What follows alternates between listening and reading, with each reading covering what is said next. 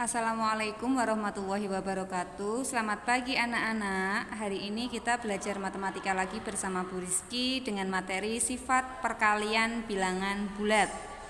Kita langsung saja. Yang pertama ada sifat komutatif atau pertukaran. Nah, di sini Bu Rizky misalkan dengan A dikali B sama dengan B dikali A. Nah, sifat komutatif pada perkalian ini hanya dibalik saja atau ditukar. A-nya dikali B, lalu kemudian menjadi B dikali A. Kita langsung masuk ke contohnya. Yang pertama, ada 4 dikali 2. Jika kita menggunakan sifat komutatif, nah 4 ini kita misalkan dengan A, dikali 2-nya itu B, sama dengan kita masukkan B dikali A. Nah, hanya kita tukar saja. A dikali B sama dengan B dikali A. A-nya 4, B-nya 2. Nah, di sini juga dibalik. B-nya berapa? Oh, B-nya 2, A-nya 4. 4 kali 2 itu sama saja dengan 2 dikali 4. Nah, mari kita buktikan apakah hasilnya sama.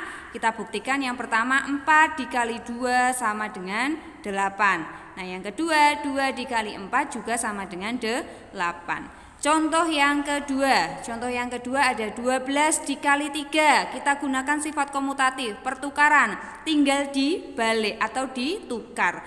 12 kali 3 itu sama dengan 3 dikali 12. Mari kita buktikan apakah hasilnya sama antara 12 dikali 3 dengan 3 dikali 12. Kita lihat hasilnya. 12 jika dikali 3 hasilnya 36. 3 dikali 12 juga hasilnya 36. Nah, contoh yang ketiga kita gunakan bilangan negatif. Di sini Bu Rizky punya 8 dikali negatif 4. Kita gunakan sifat komutatifnya atau pertukarannya menjadi negatif 4 dikali 8.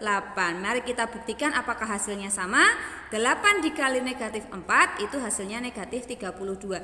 Bu, kenapa jawabannya negatif? Nah, kamu harus mengingat materi sebelumnya. Jika bilangan positif bertemu bilangan negatif, maka hasilnya bilangan negatif. Kemudian negatif 4 dikali 8. Negatif dikalikan dengan positif, maka hasilnya negatif. Sama hasilnya seperti yang di atas, negatif 32. Nah, untuk yang kedua ada sifat asosiatif atau pengelompokan. Nah, Bu Rizky misalkan dengan A dikali B dikali C itu sama dengan dalam kurung A dikali B kurung tutup dikali C sama dengan juga dengan A dikali kurung buka B dikali C kurung tutup. Ini ketiga ini itu artinya sama atau dikelompokkan karena ini ada perkaliannya 3 bilangan, bilangan A, bilangan B, dan bilangan C. Untuk memudahkannya kamu bisa kelompokkan 2 dulu kemudian dikalikan dengan satunya.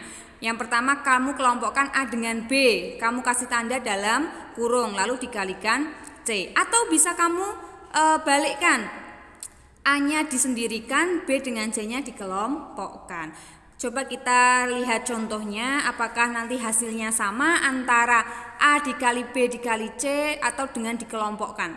Nah, contohnya ini yang pertama, 3 dikali 4 dikali 5. Nah, ini kita misalkan 3 itu A dikali 4-nya B dikali 5-nya itu C. Nah, ini sama dengan kita kelompokkan, masukkan. Nah, sama kan? Ini di dalam kurung A dikali B dikali C sama dengan kita samakan A dikali kurung buka B dikali C. Kita lihat angka-angkanya. A itu 3. Di sini A berapa? 3. Di sini juga 3. B-nya berapa? B-nya 4. Di sini juga 4. Di sini pasti 4. Hanya saja yang membedakan pengelompokannya untuk mempermudah kamu dalam mengerjakan. Nah, kita lihat hasilnya masing-masing. 3 dikali 4 dikali 5. 3 dikali 4 berapa? 12. 3 dikali 4 itu 12. Tinggal 12-nya dikali 5 sama dengan 60. Yang kedua, 3 dikali 4 berapa? 12. 12-nya dikali 5 sama 60. Nah, yang ketiga, karena yang ketiga ini yang di dalam kurung itu 4 kali 5, berarti yang kita kerjakan itu yang di dalam kurung. Nah, 3-nya utuh. 4 kali 5 berapa? 20. 3 dikali 2, 3 dikali 20 hasilnya juga 60. 10. Seperti itu ya anak-anak. Kemudian contoh berikutnya Bu Rizky punya yang bilangan negatif. Nah, di sini ada negatif 2 dikali 4 dikali 6. Kita kelompokkan yang awal dulu. Negatif 2-nya dikali 4 di dalam kurung baru dikali 6. Atau bisa juga kita tuliskan dengan negatif 2-nya kita tulis dulu, lalu di dalam kurungnya bilangan 4 dikali 6. Mari kita buktikan hasilnya apakah sama. Nah, kita buktikan yang pertama, negatif 2 dikali 4 dikali 6. Negatif 2 dikali 4 sama dengan negatif 8. Negatif 8 dikali 6 sama dengan negatif 48. Yang kedua, negatif 2 dikali 4. Karena di dalam kurung maka harus kita kerjakan terlebih dahulu. Negatif 2 dikali 4 hasilnya negatif 8. Negatif 8 dikali 6 negatif 48. Sama. Nah, yang ketiga, negatif 2 karena tidak di dalam kurung maka kita tulis kembali. Negatif 2 dikali 4 kali 6 berapa? 24, Bu. Pinter. Negatif 2 dikali 24 hasilnya negatif 48. Nah, kenapa jawabannya negatif? Karena salah satu bilangan yang dikalikan ini ada bilangan negatifnya. Kamu perlu mengingat-ingat ya. Kemarin Bu Rizky sudah tuliskan ya, kalau positif dikali positif hasilnya positif. Negatif dikali positif hasilnya negatif. Positif dikali negatif hasilnya negatif. Negatif dikali negatif hasilnya positif. Kemarin Bu Rizky bilang apa ya? Oh iya, Bu Rizky bilang kalau bilangannya sama hasilnya pasti positif. Misalnya positif dikali positif hasilnya positif. Negatif dikali negatif hasilnya tetap positif karena bilangannya atau tandanya sama. Jika berbeda negatif dengan positif atau positif dengan negatif maka hasilnya negatif. Nah, untuk yang ketiga ada sifat distributif atau penyebaran terhadap penjumlahan. Nah, Bu Rizky misalkan dengan A dikali dalam kurung B ditambah C itu sama saja dengan A dikali B ditambah A dikali C.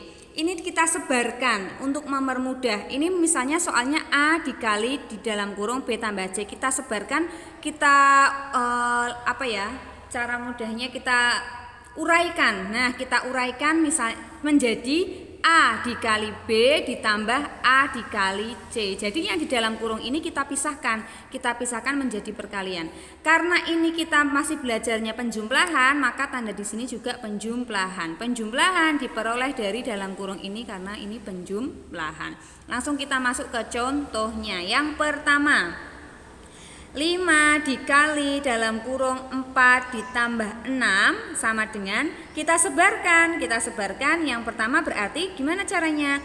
A dikali B. Oh, A dikali B itu berarti bilangan pertama dikali bilangan kedua. Oke, berarti 5 dikali 4. Kita tuliskan di sini 5 dikali 4. Karena di sini tandanya penjumlahan, kita tulis ulang penjumlahan. Yang kedua, A dikali C. A dikali C itu berarti bilangan 1 dikalikan bilangan 3. Bilangan satunya 5, bilangan ketiganya 6. 5 dikali 6. Mari kita buktikan. Oh iya, kata Bu Rizky, kalau di dalam kurung itu kita harus kerjakan terlebih dahulu. Nah, karena ini 5 dikali dalam kurung, berarti 5-nya utuh, di dalam kurungnya kita kerjakan terlebih dahulu. 4 ditambah 6 sama dengan 10. 5 dikali 10 sama dengan 50. Yang kedua, 5 dikali 4 hasilnya berapa? 20 ditambah 5 dikali 6 hasilnya 30. Tinggal kita jumlahkan. 20 ditambah 30 sama dengan 50. Seperti itu ya anak-anak. Semoga anak-anak mudah mengerti apa yang Bu Rizky jelaskan. Contoh yang kedua, kita gunakan bilangan negatif. Misalnya negatif 7 dikali dalam kurung 3 ditambah 8. Kita sebarkan. Oh iya, kata Bu Rizky kalau penyebaran itu yang pertama A dikali B. A-nya negatif 7 dikali 3. Kita tuliskan di sini. Kemudian penjumlahannya Kita juga tuliskan lagi. Yang kedua, bilangan pertama dikali bilangan ketiga. Negatif 7 dikali 8. Negatif 7 dikali 8. Mari kita hitung untuk membuktikan apakah perkalian tanpa penyebaran atau tanpa sifat distributif dengan sifat distributif, apakah hasilnya nanti sama? Mari kita buktikan. Negatif 7 dikali dalam kurung itu selalu dikerjakan terlebih dahulu. Negatif 7 dikali 11 hasilnya negatif 77. Bisa kamu gunakan perkalian secara bersusun. Nah yang kedua, negatif 7 dikali 3 hasilnya negatif 21. Ditambah negatif 7 dikali 8 hasilnya negatif 56. Tinggal kita jumlahkan. Kamu jangan sampai keliru kalau yang pertama, yang awal ini menggunakan perkalian karena belum kita sebarkan, belum menggunakan sifat distributif. Nah kalau yang kedua ini sudah kita sebarkan atau kita gunakan sifat distributif, maka operasinya menjadi penjumlahan. Negatif 21 ditambah negatif 56 hasilnya negatif 77. Sama ya? Sama. Jadi menggunakan sifat distributif dan tanpa menggunakan sifat distributif hasilnya sama. Kenapa Bu harus menggunakan sifat distributif? Untuk memudahkan kamu ketika mengerjakan. Seperti itu. Untuk yang keempat, ada sifat distributif atau penyebaran terhadap pengurangan. Kalau yang tadi penjumlahan, kita ubah menjadi pengurangan. Caranya sama, tinggal tanda operasinya kita ganti dengan pengurangan. A dikali dalam kurung B dikurangi C, kita sebarkan menjadi A dikali B. Karena di sini tanda operasinya pengurangan, maka kita di sini juga menulisnya dengan tanda pengurangan. Yang kedua tinggal A dikali C. Sama seperti tadi, cuman yang di atas tadi menggunakan penjumlahan, sekarang menggunakan pengurangan. Langsung kita masuk contohnya. 8 dikali dalam kurung 12 dikurangi 9 sama dengan, nah kita gunakan sifat distributif atau penyebarannya.